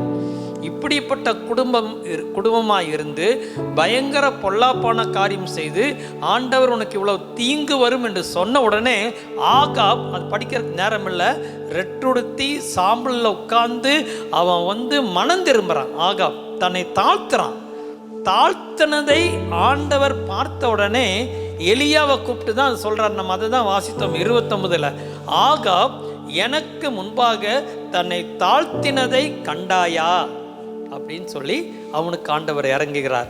நான் அதிலிருந்து என்ன அறிந்து கொண்டேன் என்றால், தாழ்மையாக நடந்தாலே ஆண்டவர் நமக்கு இறங்குகிறார். இன்றைக்கு சபைக்குள்ளே தாழ்மையை பார்க்க முடிகிறதில்லை. எல்லாரும் வரும் பொழுது ஆண்டவர் தான் வேணும்னு வராங்க. வந்து எல்லாவற்றையும் அறிந்த பிற்பாடு அந்த சபைக்குள்ளேயே ஒரு ஆவிக்குரிய பெருமை உடையவர்களாய் மாறி விடுகிறார்கள். என்னை யாரும் கனம் பண்ணுறதில்ல, இப்படி இல்லை அப்படி இல்லை. மிகவும் ஆச்சரியமாக இருக்கிறது. கர்த்தர் இந்த காலை வேளையிலே நம்மிடத்தில் விரும்புவது தாழ்மை. தாழ்மை உள்ளவர்களுக்கு கர்த்தர் இறங்குகிறார். இன்னும் 3 வசனங்களை நாம் பார்க்க போகிறோம். யாக்கோபு 4ஆம் அதிகாரம் 6ஆம் வசனத்தை வாசிப்போம். அவர் அதிகமான கிருபையை அளிக்கிறாரே, ஆதலால் தேவன் பெருமை உள்ளவர்களுக்கு எதிர்த்து நிற்கிறார், தாழ்மை உள்ளவர்களுக்கோ கிருபை அளிக்கிறார் என்று சொல்லி இருக்கிறது. எவ்வளவு அழகா சொல்லப்பட்டிருக்கிறது. அதிகமான கிருபை அளிக்கிறாரே. யாருக்கு? பெருமை உள்ளவர்களுக்கு தேவன் எதிர்த்து நிற்கிறார். இப்போ ஸ்கூலில் வாத்தியார் வந்து சேர்லேயே உட்காந்துட்டு இருப்பார். பிள்ளைங்க ஏதாவது தப்பு பண்ணால் எந்திரிக்கிறார் பாருங்க, அப்படி கோபத்தில். அந்த மாதிரி தான் அவர் எந்திரிக்கிற மாதிரி கற்பனை பண்ணிக்கோங்க. அவர் பெருமை உள்ளவர்களுக்கு தேவன் எதிர்த்து நிற்கிறார். அது படிக்கிறதுக்கே பயமாக இருக்குது. தாழ்மை உள்ளவர்களுக்கோ கிருபை அளிக்கிறார். அப்போ தாழ்மை உள்ளவர்களுக்கு கிருபை கூட்டிக்கொண்டே போகிறார். பெருமை உள்ளவர்களிடத்தில் கிருபைகளை எடுத்து விடுகிறார். சாத்தான் பெருமைப்பட்டபடியினால தானே இந்த ஏஞ்சலாய் இருந்த பொழுது, தேவதூதனாய் இருந்த பொழுது, கர்த்தருக்கு விரோதமாய் பெருமை அடைந்ததுனால தானே கர்த்தர் அவனை தள்ளினார். அப்போ பெருமை நமக்குள்ள வரும் பொழுது நம்மிடத்தில் இருக்கிற கிருபைகளை கர்த்தர் எடுத்து விடுவார். தாழ்மை உள்ளவர்களுக்கு தேவனுடைய கிருபை கொடுக்கப்படுகிறது. இந்த செய்தி கேட்கிற நீங்கள் தேவனுடைய இரக்கம் தொடர்ந்து நமக்கு கிடைப்பதற்கு தாழ்மை. தாழ்மை. இன்னொரு வசனத்தை கூட அதே சாப்டர்ல 10ஆம் வசனம், கர்த்தருக்கு முன்பாக தாழ்மைப்படுங்கள், அப்பொழுது அவர் உங்களை உயர்த்துவார். இதே யாக்கோபு கொஞ்சம் வசனங்களை தள்ளி தான் அதை எழுதுறாரு. அவர் இதே சப்ஜெக்ட் நமக்குள்ள போகணும்னு திரும்ப எழுதுறாரு. என்ன எழுதுறாரு? கர்த்தருக்கு முன்பாக தாழ்மைப்படுங்கள். அப்படின்னா அந்த காலத்துல தாழ்மை இல்லாம இருந்திருக்கிறாங்க. நீங்க அப்படித்தான் பார்க்கணும். அவங்களுக்கு தான் எழுதுறாரு, கர்த்தருக்கு முன்பதாக தாழ்மைப்படுங்கள், அப்பொழுது அவர் உங்களை உயர்த்துவார். அவர் கிருபை அளிக்கிறாருன்னு நம்ம பார்த்தோம், இங்க உயர்த்துவாருன்னு பார்த்தோம். அதே இதில் 16ஆம் வசனத்தையும் வாசிங்க. இப்பொழுது உங்கள் வீம்புகளில் மேன்மை பாராட்டுகிறீர்கள், இப்படிப்பட்ட மேன்மை பாராட்டல் யாவும் பொல்லாங்காய் இருக்கிறது. இப்பொழுது உங்கள் வீம்புகளில் மேன்மை பாராட்டுகிறீர்கள். தாழ்மை இல்லாமல் போயிட்டாங்க. அதனால தான் புத்திமதி எழுதுறார். வீம்பில் நான் படிச்சிருக்கிறேன், நான் உயர்ந்த ஜாதி, நான் போய் இவரோட உட்கார முடியாது, இவங்களோட நான் பேச முடியாது, இவங்க எங்கிருந்து வந்தாங்க, நான் எங்கிருந்து வந்திருக்கிறேன், இந்த மாதிரி மேட்டுமையான எண்ணம் வந்ததுன்னா போச்சு, தேவனுடைய கிருபையை மிஸ் பண்ணிட்டோன்னு அர்த்தம். சபைக்கு வருகிற யாரையும் நீங்கள் அவிதமாக, நீங்கள் மேட்டுமையின் பார்வையோடு பார்த்து விடாதீர்கள். இந்த வசனம் நம்மை எச்சரிக்கிறது. வீணான வீம்பு கொள்ளக்கூடாது. அது அந்த மேன்மை பாராட்டல் யாவும் பொல்லாங்காய் இருக்கிறது. இயேசுவை நீங்க பாருங்க, தேவனுக்கு சமமாய் இருப்பதை கொள்ளையாடின பொருளாக எண்ணாமல் தம்மை தாமே தாழ்த்தினார். என்னங்க, மனுஷ ரூபம், அடிமையின் ரூபம் எடுத்து வந்தாரே கடவுள், அதிலேயே அவருடைய தாழ்மை வெளிப்படுகிறது அல்லவா? அப்போ நம்மை தாழ்மையா இருக்கணும்னு அவர் விரும்புகிறார். அவர்களுக்குத்தான் இறங்குவார் ஆண்டவர். அதை குறித்து நீங்கள் சிந்தியுங்கள். நீங்க பாருங்க, பழைய ஏற்பாட்டில் அந்த ராணி இருந்தா பாருங்க, வஸ்தி. அவளுடைய வாழ்க்கை, ராஜா கூப்பிட்டாரு, வரல. பெருமை. நான் என்ன, அவங்கவுங்க புருஷனுக்கு அவங்கவுங்க மனைவி தான் அழகு. தன்னுடைய மனைவியுடைய அழகை காட்டும்படியாக விரும்பினார். அவள் அழகுள்ளவளா இருந்தாலும் ஆனால் அவள் வரல. பெருமை. அப்போ என்னாச்சு? அவளுடைய ஹிஸ்ட்ரி அந்த ஃபர்ஸ்ட் சாப்டரோடு போயிடுச்சு. 9 சாப்டரில் எஸ்தர் தான் வரா. அவள் தாழ்மை உள்ளவள். ஆகவே பைபிள் சொல்கிறது அங்கே ப்ரூஃப் பண்ணி காட்டுறார். தாழ்மை உள்ளவர்களுக்கு கிருபை அளிக்கிறார். பெருமை உள்ளவளை தள்ளி தாழ்மை உள்ளவளை அங்கே கொண்டு வருகிறார். இதெல்லாம் ப்ராக்டிக்கலாக நடக்குதுங்க. பைபிளுக்குள்ள ஒவ்வொரு கதையும் போய் பாருங்க. நம்முடைய வாழ்க்கையில் நீங்கள் தாழ்மையாக மாத்திரம் இருக்க பழகிட்டீங்கன்னா கிருபையின் மேல் கிருபை கர்த்தர் உங்களுக்கு கொடுத்து கொண்டே வருவார். இந்த ரகசியத்தை நீங்கள் கற்றுக்கொள்ளுங்கள். எவ்வளவு பணம் வந்தாலும், எவ்வளவு ஐஸ்வர்யம் வந்தாலும், எப்படி தான் உயர்வு உங்களுக்கு வந்தாலும், எப்படி நீங்கள் ஆரம்பத்திலிருந்து தாழ்மையாக இருக்கிறீர்களோ அதே தாழ்மையை நீங்கள் கடைசி வரைக்கும் கையாட வேண்டும் என்று விரும்புகின்றார். நான் ஒரு சம்பவம் எனக்கு ஞாபகத்துக்கு வந்தது. அதாவது டிஎல் மூடி எழுப்புதல் பிரசங்கியார். அவர் அமெரிக்காவில் ஒரு பெரிய பாஸ்டர்ஸ் மீட்டிங் நடத்தினார் 200 ஆண்டுகளுக்கு முன்பதாக. அப்போது அவருடைய கான்டாக்ட் எல்லாம் வர சொல்லியிருந்தார். யூரோப் தேசத்துலேருந்து கொஞ்சம் பேர் வந்திருந்தாங்க. ஒரு 10-20 பாஸ்டர்ஸ் மீட்டிங்க்கு அமெரிக்கா வந்திருக்கிறாங்க. கேளுங்க கதையை. அமெரிக்கா ஹோட்டலில் அந்த காலத்தில் அவங்களுக்கு தங்கறதுக்கெல்லாம் ரூம் ஒழுங்கு பண்ணி அவங்க தங்கிறாங்க. ஐரோப்பா நாட்டு வழக்கம் என்னவென்றால், அங்கே ரூம் எடுத்து தங்கும் பொழுது ரூம் பாய்ஸ் இருப்பாங்க ஹோட்டலில். அவங்க அந்த ஷூ வெளியில் வச்சுருவாங்க. அவங்க ரூமுக்கு வெளியில் அந்த ரூம் பாய் அவங்களுடைய வேலை அந்த ராத்திரி எல்லா ஷூவும் பாலிஷ் பண்ணி வச்சுருவாங்க. கால் வந்தோன்னா அவங்க போட்டுட்டு வெளியில் போகிறாங்க. வெள்ளைக்காரெல்லாம் நல்லா பாலிஷ் பண்ணிட்டு தான் வெளியில் போவாங்க. ஆனால் அமெரிக்கா ஹோட்டலில் அந்த வசதி கிடையாது. அமெரிக்காவில் எல்லாம் அவங்கவுங்க பார்த்துப்பாங்க. இவங்க யூரோப் ஆட்களுக்கு இது தெரியாமல் அமெரிக்காவுக்கு வந்த பொழுது அவங்க ஷூவெல்லாம் இன்றைக்கி ராத்திரி வெளியில் கதவுக்கு வெளியில் வச்சுருக்கிறாங்க. மூடி அப்படியே போகிறார். பார்த்தா எல்லாரும் ரூம்லையும் வச்சுருக்கிறாங்க. அப்போ யோசித்தார், இவங்களுக்கு நம்ம நாட்டு பழக்கம் தெரியலையேன்னு சொல்லி அவருடைய பைபிள் காலேஜில் சேர்ந்த 2-3 பையன்கிட்ட போய் சொல்லிக்கிறார், இதெல்லாம் பாலிஷ் பண்ணுங்கன்னு. அவனுங்களும் செய்யாமல் போயிட்டாங்க. இவர் மறுபடியும் பார்க்குறாரு, அது அப்படியே இருக்குது. இவர் என்ன பண்ணினார், இவர் டிஎல் மூடி உலக பிரசித்தி பெற்ற பெரிய பிரசங்கியா.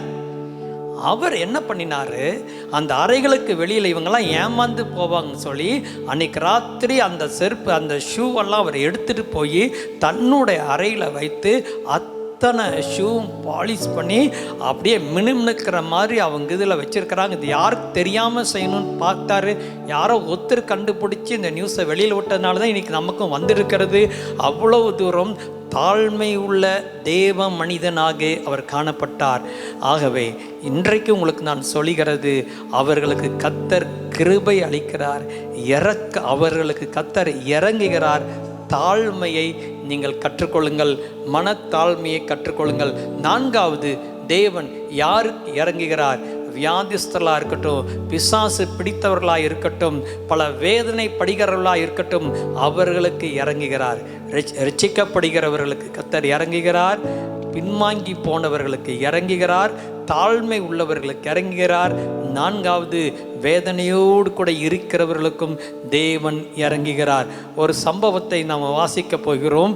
மார்க்கு 5ஆம் அதிகாரத்திலே அது 2ஆம் வசனத்தை படிங்க.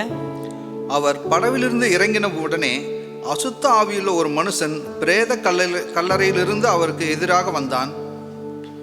அப்போது அங்கே பார்த்தீங்கன்னா அசுத்த ஆவி உள்ள ஒரு மனிதன் ஆண்டவர் நல்லா கவனிங்க, நடந்த சம்பவம் தானே. படவை விட்டு இறங்குறாரு. இறங்கணுன்னு பொதுவாக வெல்கம் பண்ணுற ஆட்கள் வருவாங்க. இயேசுவை வெல்கம் பண்ண வந்தது யார்? உங்களுக்கு எப்படி இருக்கும்? கல்லறையிலேருந்து ஒருத்தன் வந்தானே எப்படி இருக்கும்? அப்படி தான் பைபிள் எழுதி, கல்லறையிலிருந்து ஒருத்தன் வாரான், பிசாசு பிடித்தவன். அப்போது அவனை குறித்து அங்கே விளக்கம் கொடுக்கப்பட்டிருக்கிறது. 3-4-5 படிங்க. அவனுடைய குடியிருப்பு கல்லறைகளிலே இருந்தது. அவனை சங்கிலிகளினாலும் கட்ட ஒருவனாலும் கூடாதிருந்தது. அவன் அநேகந்தரம் விலங்குகளினாலும் சங்கிலிகளினாலும் கட்டப்பட்டிருந்தும் சங்கிலிகளை முறித்து விலங்குகளை தகர்த்து போடுவான். அவனை அடக்க ஒருவனாலும் கூடாதிருந்தது. அவன் எப்பொழுதும் இரவும் பகலும் மலைகளிலும் கல்லறைகளிலும் இருந்து கூக்குரலிட்டு கல்லுகளினாலே தன்னை காயப்படுத்தி கொண்டிருந்தான். போதும், உங்களுக்கு அதிலேயே விளக்கம் கொடுக்கப்பட்டிருக்கிறது. விலங்குகள் போடப்பட்டிருக்கிறது. பிறகு சங்கிலிகள் அவன் முறிச்சிருவான், யாரும் அடக்க முடியாது. இரவும் பகலும் மலைகள் கல்லறைகள் இருந்து கூக்குரலிட்டே இருப்பான். பயங்கரமாய் காட்சி அளிக்கிறான். அப்போது ஆனால் அந்த இடத்துல நீங்கள் இந்த சம்பவத்தில் பார்த்தீங்கன்னா 3 பேருக்கு கர்த்தர் இறங்குகிறார். முதல்ல பார்த்தீங்கன்னா இந்த சம்பவத்தில் அஃப்கோர்ஸ் இவனுக்கு கர்த்தர் இறங்கி இவனை விடுதலையாக்கினார். அதை எங்கே பார்க்குறோம்னா அந்த வசனத்தை மாத்திரம் படிச்சிருங்க. அதே 5ஆம் அதிகாரம் 19ஆம் வசனம். இயேசு அவனுக்கு உத்தரவு கொடாமல், நீ உன் இனத்தாரிடத்தில் உன் வீட்டிற்கு போய் கர்த்தர் உனக்கு இறங்கி உனக்கு செய்தவைகளை எல்லாம் அவர்களுக்கு அறிவி என்று சொன்னார். அவனுக்கு இறங்கினார். நான் உனக்கு இறங்கி உன்னை விடுதலையாக்கினதை போய் சொல்லுங்கிறார். அப்போ அங்க இறங்குறார். எவ்வளவு பிசாசு பிடி எவ்வளவு கொடூரமாக இருந்தாலும் தேவன் இறங்குகிறார் என்பதை அங்கே பார்க்குறோம். அவனுக்கு இறங்கினாரு. ரெண்டாவது யாருக்கு இறங்கினார்னா பிசாசுக்கு இறங்கினார். எனக்கு அதுதான் ஆச்சரியமா இருக்கு. பிசாசுக்கே கர்த்தர் இறங்குவார் என்றால் எனக்கும் உங்களுக்கும் அவர் இறங்க மாட்டாரா? அப்போ அங்கே பாருங்க, அந்த பிசாசு பிடித்த மனிதனுக்குள்ள அந்த பிசாசு போகுது. எங்களை வேதனைப்படுத்துவா வந்தீர் அப்படின்னு சொல்லி வேண்டிக் கொள்ளுது. என்ன வேண்டிக் கொள்கிறது? 12ஆம் வசனத்தை படிங்க. அந்த பிசாசுகள் எல்லாம் அவரை நோக்கி பன்றிகளுக்குள்ளே போகும்படி அவைகளுக்குள்ளே எங்களை அனுப்பும் என்று அவரை வேண்டிக் கொண்டன. பிசாசு வேண்டிக் கொண்டது. லேகியோன்னா ஆயிரக்கணக்கில். அப்போ அவன் பிசாசு சொல்லுது, இந்த பன்றி கூட்டம் அங்கே மேய்ஞ்சிட்டு இருக்குது, அங்க எங்களை அனுப்பிவிடும், பாதாளத்துக்கு எங்களை அனுப்பாதீங்க. பிசாசுனுடைய விண்ணப்பத்துக்கு அவர் செவி கொடுத்திருக்கிறாரே, போங்கன்ட்டாரு. அப்ப என்ன நடந்தது? அடுத்த வசனங்களை பார்க்கும்பொழுது போய் 2000 பன்னிகள் அப்போவே அவுட் ஆயிடுச்சு. யோசிப்பாருங்க, அது யாருடைய பன்னிகளோ, யாரு மெய்ப்போனோ யோசிப்பாருங்க. போய்விட்டது. பிசாசுகளுக்காக அந்த பன்னிகள் நஷ்டமடைந்து, ஆனால் அவங்க கேட்டதை ஆண்டவர் கொடுத்துட்டாரே. அப்போ நானும் நீங்களும் கேட்பதை ஆண்டவர் கொடுக்க மாட்டாரா? பிசாசுக்கு இறங்கினாரே. அப்புறம் பார்த்தீங்கன்னா அந்த ஊர் மக்களுக்கும் இறங்குகிறார். இதை பார்த்த உடனே ஊர் மக்கள் எல்லாம் பயந்துட்டாங்க. என்ன பயந்துட்டாங்க? அடா இன்னைக்கு பண்ணி நாளைக்கு மறுபடியும் பிசாசு பிடித்திருந்த ஆடுகள் போய்விட்டா என்ன பண்ணுகிறது, மாடுகள் போய்விட்டா என்ன பண்ணுகிறது, ஒன்றுமே இல்லாமல் போயிடுவோம்னு சொல்லி அவர்கிட்ட ஓடி வந்து எங்கள் எல்லைகளை விட்டு தயவு செய்து நீங்கள் போங்கன்னார். படித்தால் சிரிப்பாக இருக்கிறது. அதையும் ஆண்டவர் அவங்க போன்னு சொன்னங்காட்டிக்கு வேற ஒன்றும் செய்யாமல் அங்கேருந்து வந்துட்டார். இந்த மாதிரி ஒரு எழுப்புதல் வந்தால் எப்படி இருக்கும்? அப்போ அவர்களுக்கு இறங்குறாரு, இவனுக்கும் இறங்குறாரு, பிசாசுகளுக்கும் கர்த்தர் இறங்குகிறார் என்று நாம் பார்க்கிறோம். ஆகவே இதிலிருந்து நாம் அறிந்து கொள்ள வேண்டியது என்னவென்றால், எந்த வேதனையாக இருந்தாலும் தேவனுடைய இரக்கம் நமக்கு கொடுக்கப்பட்டிருக்கிறது. சரி, இன்னும் நீங்கள் பார்த்தீங்கன்னா வசனத்துக்குள்ளே போக வேண்டாம், நமக்கு நேரம் இல்லை. கானானிய ஸ்திரீ, என் மகள் பிசாசினால் கொடிய வேதனைப்படுகிறார். உடனே அவளுக்கு கர்த்தர் வார்த்தையினால் இறங்கி அந்த மகளை சுகமாக்கினார். குருடர்களுக்கு கர்த்தர் இறங்கினார். குஷ்ட ரோகிகளுக்கு கர்த்தர் இறங்கினார். இன்னும் ஒரு வசனத்தை மாத்திரம் படிச்சிருவோம். பிலிப்பியர் 2:27. அவன் வியாதிப்பட்டு மரணத்திற்கு சமீபமாக இருந்தது மெய்தான், ஆயிலும் தேவன் அவனுக்கு இறங்கினார். அவனுக்கு இறங்கினதும் அல்லாமல் துக்கத்தின் மேல் துக்கம் எனக்கு உண்டாகாதபடிக்கு எனக்கும் இறங்கினார். அவன் என்று சொல்லும் பொழுது இது யாரை குறித்து சொல்லப்பட்டிருக்கிறது என்று முந்தின வசனங்களிலே வாசித்து பார்த்தால் எப்பா பிரார்த்தித்து என்று வருகிறது. எப்பா பிரார்த்தித்து அவ்விதமாக ஊழியத்து நிமித்தம் வியாதிப்பட்டிருந்தான். பயங்கரமான வியாதி, மரணமே வந்தற மாதிரி இருந்த பொழுது கர்த்தர் அவனுக்கு இறங்கினார். துக்கத்தின் மேல் துக்கம் எனக்கு வந்துடக்கூடாது. எத்தனை மரணங்களை பார்க்கறது? பவுல் அப்படியெல்லாம் யோசித்து சொல்றாரு, துக்கத்தின் மேல் துக்கம் வராதபடி எனக்கும் இறங்கினார் அப்படிங்கிறார். அப்போ வியாதியை பொறுத்த வரைக்கும் இன்று நீங்கள் அறிந்து கொள்ளுங்கள், கட்டாயம் கர்த்தர் சுகமாக்குவார். ஏனென்றால் அவர் இரக்கமுள்ள தேவன். அதற்காக தானே பைபிள் இந்த சம்பவங்களெல்லாம் நம்ம பார்க்கிறோம். வியாதின்னா அவர் மன உருக்கம் உள்ளவர். எத்தனை பேரை குணமாக்கினார். மன உருக்கம், அவருடைய குணமே மன உருக்கம். அவர் இறங்குவார். நீங்கள் அவரை விசுவாசிங்கள். இந்த காலை வேளையில் யார் யார் வியாதியோடு கூட பலவீனத்தோடு கூட இருக்கிறீர்களோ, என்னுடைய செய்தியின் முடிவில் உங்களுக்கு ஜெபம் பண்ணிக்கிறேன். அவரை நோக்கி கூப்பிடுங்கள். அவர் கட்டாயம் இறங்குவார். நம்மை கர்த்தர் விடுதலையாக்குவார். டாக்டரால் முடியாத காரியத்தை டாக்டரே முடியாதுன்னு சொல்லிட்டாங்களா, கவலைப்படாதீங்க. அவருடைய இரக்கம் அதை செய்து முடிக்கும். அவர் இரக்கமுள்ள தேவனாயிருக்கிறார். இவ்வளவு நேரம் தேவனுடைய இரக்கத்தை நாம் பார்த்தோம். இப்பொழுது நாம் என்ன செய்ய வேண்டும்? தேவனுடைய இரக்கத்தை போல நாமும் இரக்கம் காட்ட வேண்டும் என்று வேதம் சொல்லுகிறது. அவ்வளவுதான். அவர் இரக்கம் உள்ளவராய் இருந்தார்னா நானும் இரக்கம் உள்ளவராய் இருக்கணும். அவர் பூரண சர்க்குணராய் இருந்தால் நானும் பூரண சர்க்குணராய் இருக்கணும். அவர் பரிசுத்தராய் இருந்தால் நானும் பரிசுத்தராய் இருக்க வேண்டும். அவரை ஆராதிக்கிறவர்கள் அவரையும் போல மாற வேண்டும் என்பதுதான் கான்செப்ட். இப்போ உலகத்தில் எதை ஆராதிக்கிறார்களோ, யாரை ஆராதிக்கிறார்களோ அதே மாதிரி அவங்க மாறுகிறாங்க. அதே போலதான் ஜீவனுள்ள தேவனை ஆராதிக்கிற நாம் அவருடைய குணநலங்கள் நமக்கு வந்துடும். டெய்லி ஆராதிக்க வசனத்தை படிக்க ஜெபிக்க அவரை போல நம்ம மாறி விடுகிறோம். அதுதான் யோவான் சொல்றாரு, நாம் அவரை பார்க்கும் பொழுது அவரை போல இருப்போம். அந்த வெயிட்டிங் டைம்ல நமக்குள்ள மாறுதல் ஏற்பட்டு கொண்டு வருகிறது. அப்போ அவர் இரக்கமாக இருக்கிறதுனால நானும் இரக்கமாக மாறுறேன். அது நடக்கணும், அது நடக்க வேண்டும். 4 வசனங்களை உங்களுக்கு நான் காட்ட விரும்புகின்றேன். மத்தேயு 5:7. இரக்கமுள்ளவர்கள் பாக்கியவான்கள், அவர்கள் இரக்கம் பெறுவார்கள். அழகா சொல்றார் அந்த மலைப்பிரசங்கத்தில், இரக்கம் உள்ளவர்கள். நீங்க இரக்க குணம் உள்ளவன்னா உங்க பைபிள் உங்களை என்னன்னு சொல்லுது? பாக்கியவான்கள். அப்புறம் அவர்கள் இரக்கம் பெறுவார்கள். அவர்கள் இரக்கம் பெறுவார்கள். கொடுங்கள் அப்பொழுது உங்களுக்கு கொடுக்கப்படும் சொன்னார்ல, அதே ஆண்டவர் தான் சொல்றாரு, இரக்கத்தை காட்டுங்க. அந்த இரக்கம் என்ன எழுதியிருக்கு? இரக்கம் உள்ளவர்கள் பாக்கியவான்கள், அவர்கள் இரக்கம் பெறுவார்கள். நீங்க இரக்க குணம் உள்ளவளா இருந்தீங்கன்னா உங்களுக்கு திரும்ப இரக்கம் கிடைக்கும். நீங்க விதைச்ச இரக்கத்தை திரும்ப உங்களுக்கு பல மடங்கு கிடைக்கும். நீங்களே யாருக்கும் இறங்காம இருந்தீங்கன்னா உங்களுக்கு எப்படிங்க இரக்கம் பெற முடியும்? கொடுக்காம எப்படிங்க நான் பெற்றுக்கொள்ள முடியும்? கவனிக்கிறீங்களா? அப்போ இங்கே ஒரு மறைந்திருக்கிறது. நானே நேற்று தான் அதை பார்த்தேன். இரக்கத்தை நான் விதைக்கும் பொழுது திரும்ப எனக்கு இரக்கம் கிடைக்கும். நானே எல்லார்கிட்டையும் ரூடாக நடக்கும் பொழுது, இரக்கத்தை நான் காட்டாமல் இருக்கும் பொழுது எப்படி எனக்கு இரக்கம் கிடைக்கும்? நீங்கள் கொஞ்சம் சிந்தித்து பார்க்க வேண்டும். நீங்கள் ஒருவேளை ஒரு ஆஃபீஸில் பாஸாக இருக்கலாம், அல்லது ஒரு கூட்டத்துக்கு தலைவனாக இருக்கலாம். நான் ஒரு கூட்டத்துக்கு மெய்ப்பனாக இருக்கிறேன். அந்த மாதிரி ஒவ்வொரு இதுக்கும் நீங்கள் ஒரு தலைவனாக இருக்கலாம், அல்லது பணத்துக்கே அதிகாரியாக இருக்கலாம். அப்போ அப்படிப்பட்ட நேரத்தில் உங்கள் இறக்க குணம் எப்படி வேலை செய்யுதுன்னு கத்துறங்கிறது பார்த்துட்டு இருக்கிறார். உங்களுக்கு எவ்வளோ துணிமணி கொடுத்துருக்கிறாரு, எவ்வளோ பணத்தை கொடுத்துருக்கிறாரு, எப்படி இறங்குகிறீங்கன்னு அதை அளவிட்டு கொண்டு இருக்கிறார். நீங்கள் எப்படி இறங்குகிறீர்களோ அதே அளவில் அதை விட அதிகமாக கர்த்தர் உங்களுக்கு இறங்குவார். இரக்கம் காட்டுகிறவர்கள் இரக்கம் பெறுவார்கள். இது ஒரு சத்தியம். விசுவாசியுங்கள். நல்லா இனிமேல் நல்ல இரக்கம் காட்ட ஆரம்பிச்சிருங்க. இறங்குங்க, ஏழைகளுக்கு இறங்குங்கள், இரக்கத்தை காட்டுங்கள். ஓசியா 6ஆம் அதிகாரம் 6ஆம் வசனத்தை படிங்க. பலியை அல்ல இரக்கத்தையும் தகன பலிகளை பார்க்கிலும் தேவனை அறிகிற அறிவையும் விரும்புகிறேன்.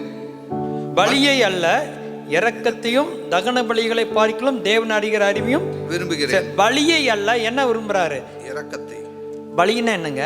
நாம் பண்ணுற ஜெபம், ஆராதனை அதெல்லாம் தேவைதான். ஆனால் அந்த தேவனை ஆராதனை பண்ணிட்டு தேவனிடத்துல ஜெபம் பண்ணி விட்டு என்னுடைய வாழ்க்கையில் இரக்கமே இல்லைன்னா அப்புறம் என்னங்க அது பிரயோஜனம்? அவர்கிட்ட ஜெபம் பண்ணுறேன்னா அவரை மாதிரி நான் மாற வேண்டும் அல்லவா? யோசிக்கிறீங்களா? எல்லாரும் அந்த ஒரு சைடு மாத்திரம் கரெக்டாக பண்ணுறேன். நான் ஜெபம் பண்ணுறேன், பைபிள் படிக்கிறேன், கர்த்தரை ஆராதிக்கிறேன். ப்ராக்டிக்கல் லைஃப்பில் எப்படி இருக்கிறீங்க?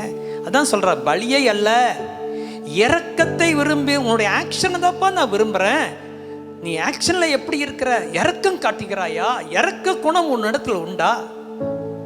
இரக்கம், அந்த இரக்கத்தை அவர் மேன்மை பாராட்டுகிறார். இன்னும் விளக்கமாக உங்களுக்கு சொல்கிறேன். மீகா 6:8. மனுஷனே, நன்மை இன்னதென்று அவர் உனக்கு அறிவித்திருக்கிறார். நியாயம் செய்து இரக்கத்தை சிநேகித்து உன் தேவனுக்கு முன்பாக மன தாழ்மையாய் நடப்பதை அல்லாமல் வேற எண்ணத்தை கர்த்தர் உன்னிடத்தில் கேட்கிறார். அழகா சொல். என்ன உங்கள்கிட்ட கேட்குறேன்? நியாயம் செய்ய, இரக்கத்தை காண்பி, தாழ்மையாக நட. நான் வேற என்ன உங்கள்கிட்ட வேணுங்கிறார்.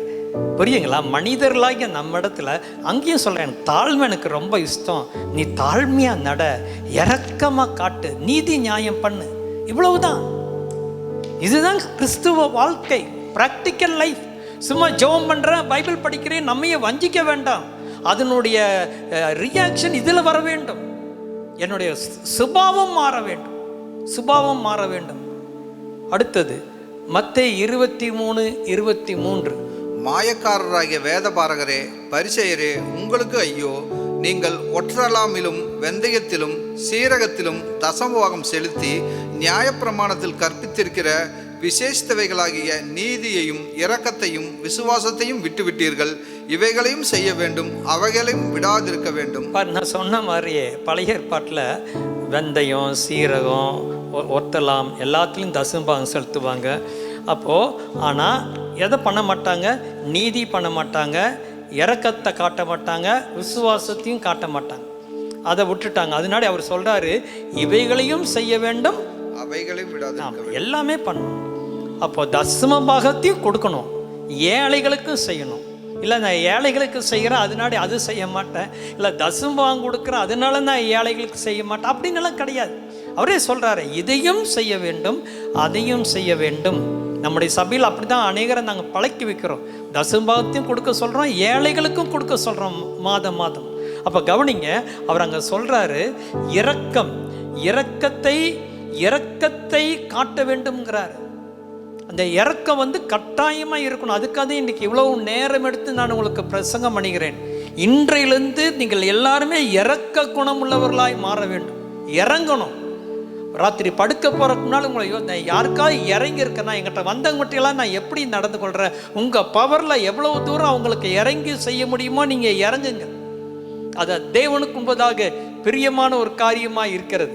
சரி, மத்தேயு 12:7 பலியை அல்ல இரக்கத்தையே விரும்புகிறேன் என்பதின் கருத்து என்னதென்று அறிந்தீர்களானால். மறுபடியும் அங்கே ரிப்பீட் பண்றார், பலியை அல்ல இரக்கத்தை தான்ப்பா விரும்புகிறேன், பலியை விட நான் இரக்கத்தை விரும்புகிறேன்.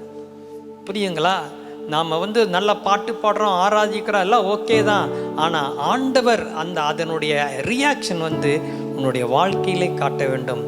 நான் ஆண்டவரை ஆராதித்துட்டு வெளியில் போகும்பொழுது நான் எப்படி நடந்து கொள்கிறேன் என்பதை பரலோகம் பார்க்கிறது. கட்டாயம் அந்த சுபாவம் நமக்குள்ளே வரணும்னு நீங்கள் ஜெபம் பண்ணிக்கொள்ளுங்கள். அதுக்காக நல்ல சம்மாரியன் கதையை சொன்னார். அதை பார்க்க வேண்டாம், அவங்க எல்லாருக்குமே தெரியும்.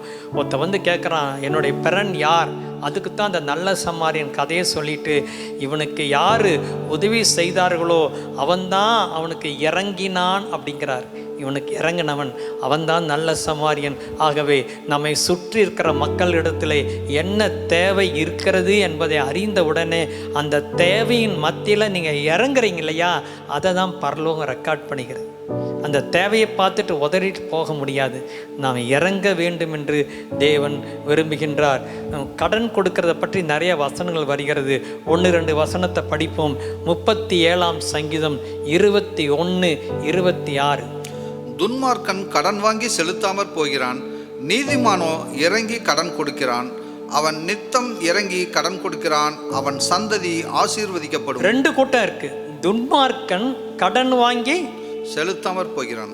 நீங்க யாராவது கடன் வாங்கி செலுத்தாமல் போனால் அவர்களை துன்மார்க்கர் லிஸ்ட்ல கர்த்தர் கொண்டு வரார்.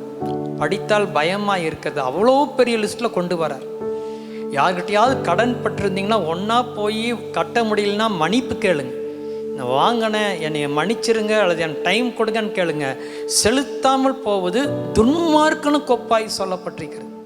அவங்களுக்கு என்ன பணம் இருக்குது, நான் எது கொடுக்கணுங்க, வாங்கினேன் அப்படியே இது பண்ணிக்கலாம், அப்படியெல்லாம் பண்ண முடியாது. அது நம்ம தேவனுடைய பிள்ளைகளாக மாறிட்டோம். ஒருவேளை உலகத்தில் இருக்கும்போது அது எப்படியோ போட்டு கவலை இல்லை. கர்த்தருடைய பிள்ளைகளாய் மாறின பிற்பாடு எல்லாவற்றிலும் நம் உண்மை உடையவர்களாய் காணப்பட வேண்டும். அவன் செலுத்தாமல் போய் விடுவான். சரி, அங்கே பார்க்கும் பொழுது அடுத்தது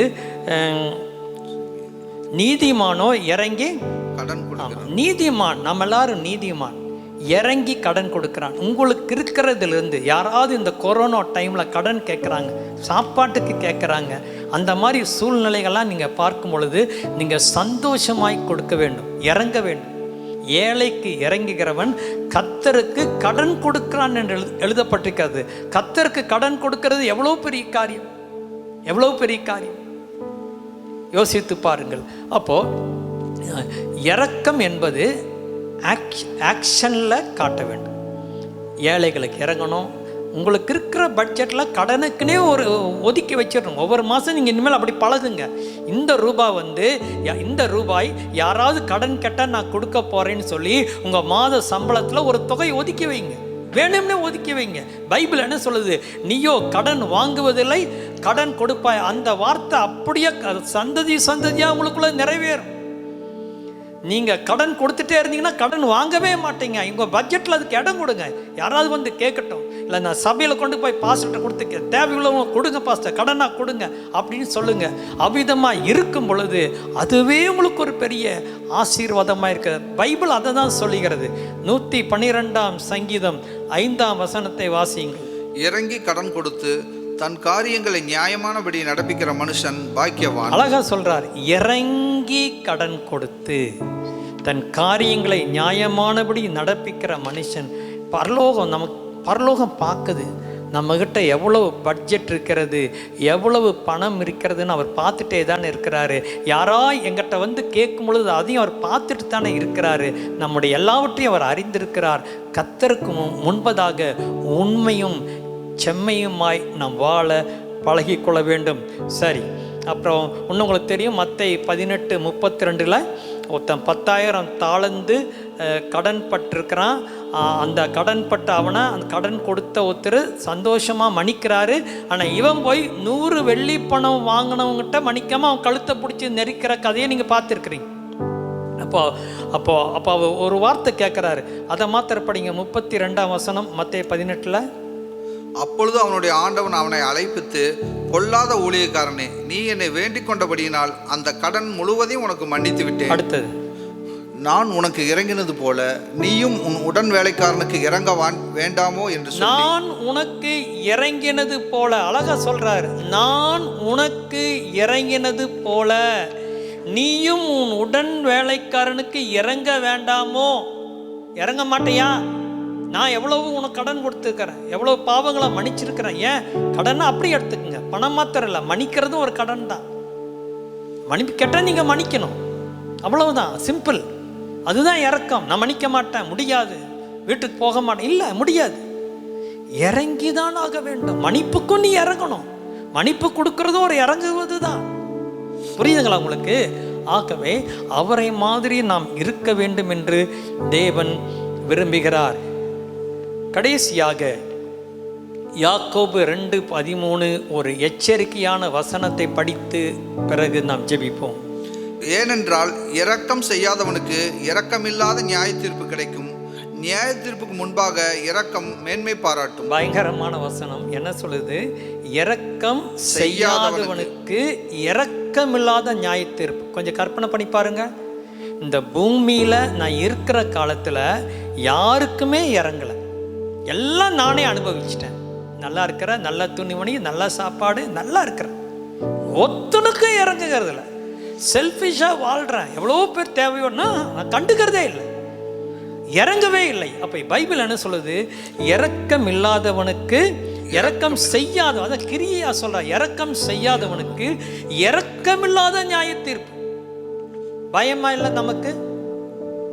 அப்போ இந்த பூமியில் இருக்கிற காலத்து அதுதான் இப்போ நம்ம பார்த்த இந்த இப்போ படித்தோங்க இல்லைங்களா, மத்தேயு 18 அவன் வந்து இறக்கம் செய்யலை. அவன் இப்போ 100 வெள்ளி பணத்தை அவன் மன்னிக்க மாட்டேன்ட்டான். அப்போது அவனுடைய எஜமான அவனை உபாதிக்கிறவர்களிடத்தில் ஒப்பு கொடுத்தாருன்னு நம்ம பார்க்குறோம். அவனுக்கு தண்டனை, நியாய தீர்ப்பு அவனுக்கு வழங்கப்பட்டதுன்னு நம்ம பார்க்கணும். ஏன்னா அவன் இரக்கம் செய்யவில்லை. இன்னும் பார்த்தீங்கன்னா படிக்க வேண்டாம், லூக்கா 16 அதிகாரத்தில் நீங்கள் போய் பார்த்தீங்கன்னா ஐஸ்வர்யவான் லாசரு சம்பவம் அங்கே எழுதப்பட்டிருக்கிறது. அந்த ஐஸ்வர்யவான் யாருக்கும் இறங்கவே இல்லை. அவன் வீட்டு வாசப்படியில் ஒரு பிச்சைக்காரன் இருந்தால் அவனுக்கு இறங்கலை. அந்த பிச்சைக்காரனுக்கு வஸ்திரம் இல்லை, சாப்பாடு இல்லை, குளிருக்கு கம்பளி இல்லை, அவனுக்கு அந்த புண்ணுக்கு கட்டுறதுக்கு ஆயின்மெண்ட் இல்லை. அவன் பயங்கர சஃபரிங்களுக்கு நான் ஒரு நாளும் இறங்கலையே. அந்த ஐஸ்வர்யவானுடைய மேஜையிலிருந்து விழுகிற துணிக்கு அவன் சாப்பிட்டுட்டு இருந்தானே, நாய்களோடு கூட சேர்ந்து நாய்கள் அவன் பற்களை நக்கி கொண்டிருந்தது என்று சொல்லப்பட்டிருக்கிறது. என்னாச்சு? இறங்கலை. அவ்வளவு சான்ஸ் இருந்தும் அவன் இறங்கலையே. அவன் ஜம்மமாக வாழ்ந்தான். அவனை குறித்து மாத்திரம் ஒரு வசனத்தை படிப்போம். 16, 25 வசனத்தை வாசிங்க. அதற்கு ஆபிரகாம், மகனே, நீ பூமியிலே உயிரோடு இருக்கும் காலத்தில் உன் நன்மைகளை அனுபவித்தாய், லாசருவும் அப்படியே தீமைகளை அனுபவித்தான். அதை நினைத்துக்கொள். இப்பொழுது அவன் தேற்றப்படுகிறான், நீயோ வேதனைப்படுகிறாய். ரெண்டு பேரும் மரித்து போகிறார்கள். லாசரு ஆபிரகாம் மடிக்கு போயிட்டாரு, இவர் நரகத்துக்கு போயிட்டாரு.